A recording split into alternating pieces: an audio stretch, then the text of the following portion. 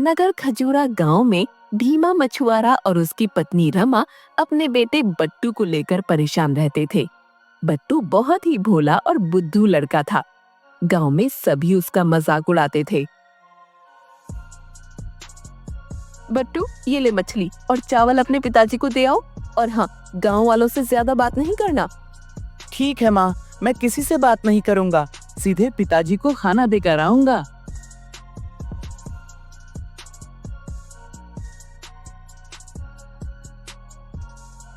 क्यों बट्टू, कहाँ जा रहे हो? पिताजी को खाना देने जा रहा हूँ। माँ ने मछली और चावल दिए हैं। भाई देखो, तुम मेरे पड़ोसी हो, तुमसे क्या छुपाना। कल रात मेरे सपने में एक जलपरी आई थी। वह बोली कि जो कोई भी कल मछली खाएगा वह 1 मिनट के अंदर मर जाएगा। हे भगवान, माँ को आज ही मछली बनानी थी क्या? अब क्या होगा? अरे पड़ोसी ही पड़ोसी के काम आता है।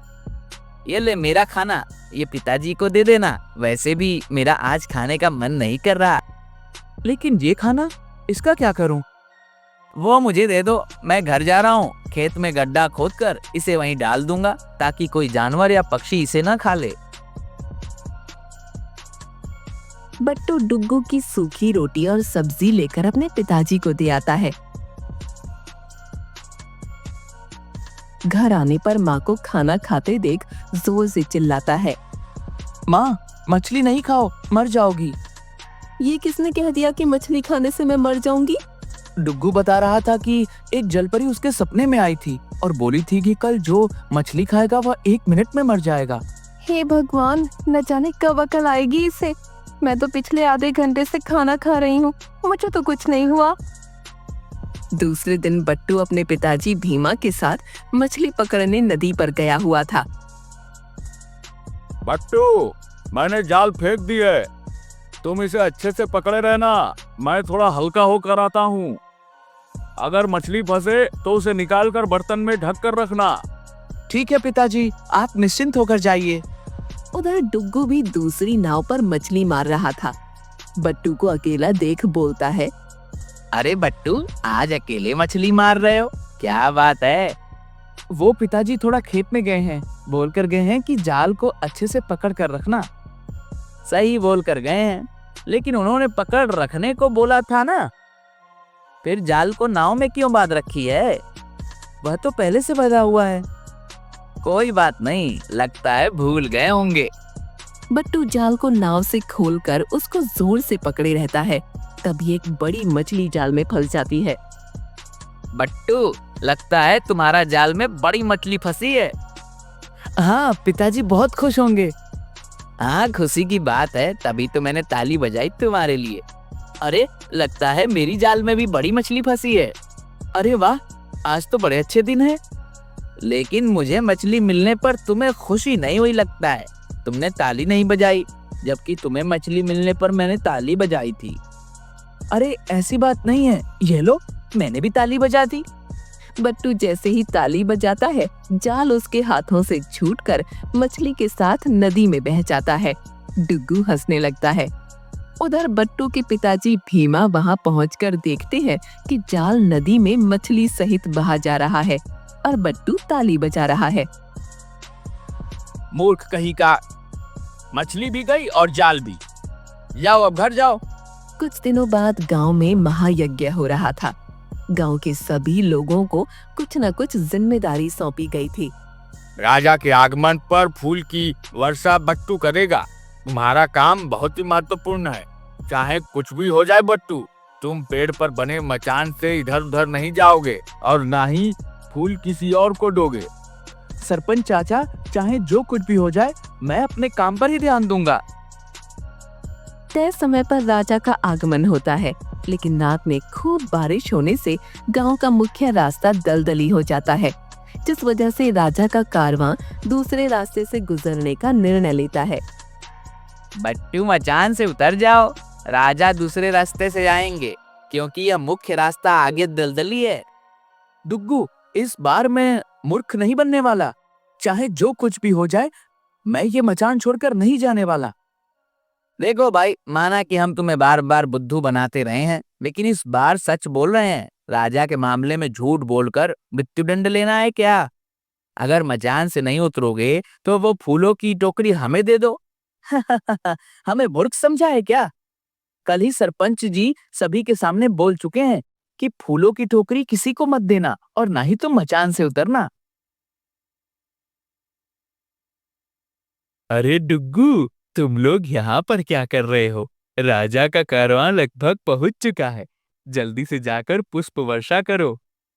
पिताजी, ये बट्टू ना ही मचान से उतर रहा है और ना ही हमें फूलों की टोकरी दे रहा है ताकि राजा पर पुष्प वर्षा किया जाए।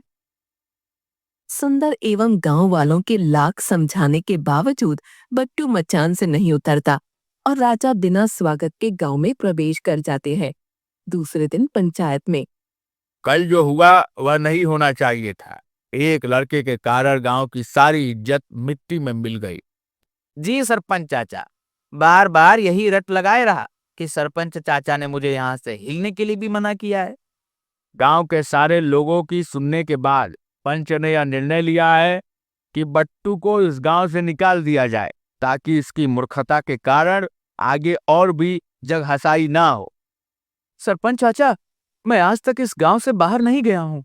मैं बाहर जाकर क्या करूंगा? मुझे माफ कर दीजिए, मुझे गांव में रहने दीजिए। बट्टू, उसके पिताजी भीमा और माँ रमा तीनों बहुत गुहार लगाते हैं, लेकिन सरपंच अपना फैसला नहीं बदलता। बट्टू को गांव से बाहर निकाल दिया जाता है। बट्टू रोते रोते कई गांव पार करके चलते हुए शाम में एक नदी किनारे पहुंचता है। पेड़ की छाया में सो जाता है। जब उसकी नींद टूटती है तो देखता है एक बड़ी सी मछली नदी के तट के किनारे आई हुई है और बट्टू बट्टू कहकर उसे पुकार रही है। अरे मछली, तुम बोल सकती हो? आश्चर्य किंतु सत्य। लेकिन तुम्हें मेरा नाम कैसे मालूम हुआ? तुम्हें याद है, एक दिन तुमने जाल में मुझे पकड़ लिया था, लेकिन फिर तुमने जाल सहित मुझे नदी में छोड़ दिया। मैं वही मछली हूँ। मेरी माँ एक जल परी है और वो मछलियों की रानी है। लेकिन तुम यहाँ कैसे आई? यह एक लंबी कहानी है। मुझे सरपंच ने गांव से निकाल दिया क्योंकि मैं बुद्धू हूँ और मेरी मूर्खता के कारण गांव की जगहंसाई होती है। कोई बात नहीं, चलो तुम्हें मैं अपनी माँ से मिलवाती हूँ, शायद उनसे कोई मदद मिल जाए। मछली बट्टू को लेकर नदी के अंदर जल महल में जाती है, जहाँ पर उसकी माँ जलपरियों की रानी उसे वर मांगने को कहती है।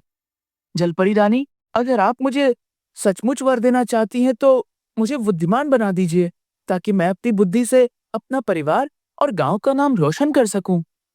तुम चाहते तो सोना चांदी हीरे जवाहरात हमसे मांग सकते थे, लेकिन तुम्हारे भोलेपन को देखकर मैं बहुत प्रसन्न हुई। आज के बाद कोई तुम्हें बुद्धू नहीं कहेगा। तुम एक ज्ञानी लड़के के रूप में जाने जाओगे और ये कुछ स्वर्ण आभूषण मेरी तरफ से तुम्हें भेंट दिया जाता है। इधर गांव में राजा खड़क सिंह का स्वागत ठीक से नहीं कर पाने के लिए गांव के सरपंच और पुष्प वर्षा के लिए जिम्मेदार व्यक्ति को राज दरबार में बुलाया जाता है। अब मुझे कारावास होना तय है। मेरी मति मारी गई थी जो पुष्प वर्षा का कार्यभार मूर्ख बट्टू को दिया था। कहाँ हो भीमा? अब क्या हुआ? मेरे बेटे को तो तुम लोगों ने गांव से बाहर निकाल ही दिया, अब क्या हमें भी निकालोगे? भाई, मैंने तो बट्टू को गांव से ही निकाला। अगर अभी यहाँ रहता तो उसका कारावास तय था। चलो, राज दरबार में बुलाया गया है।